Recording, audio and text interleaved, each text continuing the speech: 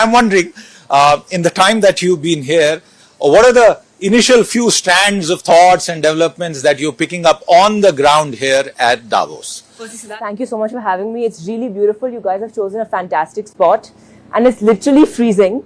So it's been great. I attended the 7:30 session. I've been super keen about this. A couple of priorities for this year. I think AI is really transforming things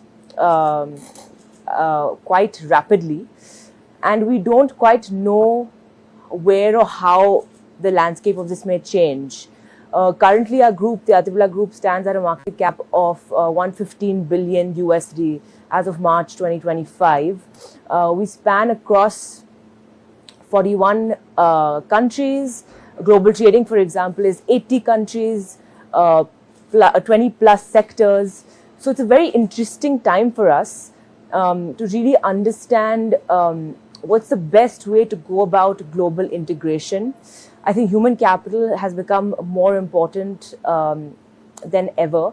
How does one train the workforce to become more productive so that there is no crunch in the labor force, so that there is no suffering of the middle class in any way, right. So that productivity goes up and there is no redundancy of human capital, right? So there is a little bit of a moral dilemma when it comes to AI, and we want to make sure that we make the most of AI to increase our human efficiency and productivity, and not in any way make anything that we are doing in terms of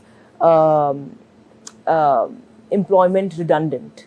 That's a good point that you make, because there are fears about the impact of AI on the labor markets, and for a country like India, you're absolutely right. It's a very significant point. And also because our group is across, like 41% of our operations are outside of India, which means that global integration has become very, very, very important, more important than it probably has ever been.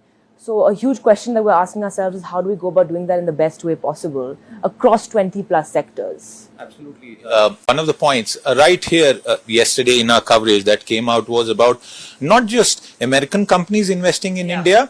This point that came up was that the group, Aditya Birla Group, is also one of the largest Indian investors in the United States, and in the context of the US wanting more inbound investment, you know what is happening. What's your sense?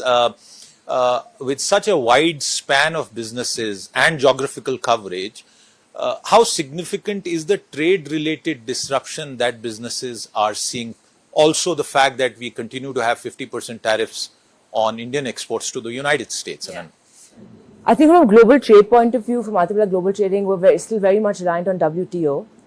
And I know the United States has said something about has offered some reforms, so we'll see where that goes. As long-term investors, for whoever's a long-term investor across the world, I think India is the market to be. We have the highest working population. We are the fastest in terms of CAGR as well. We're the fastest moving. Short term, of course, right now there's a lot of volatility, and we'll have to wait and watch and see where that goes. But I think India is the place to be. India is the place to invest from a long-term point of view. And it is a very, very, very exciting time for us. As our Prime Minister also mentioned, Viksit Bharat 2047. So whether that comes to companies like Swatantra, where inclusion becomes more important than ever. Again, coming back to AI, some people are going to be able to, given how diverse we are as a country, some people are going to be able to really adapt to this new way of working, and some people are going to struggle with it. Bringing women into the formal banking system absolutely becomes more important than ever. Infrastructure, right? Real estate, which I lead, our CAGR was 92%. So infrastructure is extremely important for us as a country as well.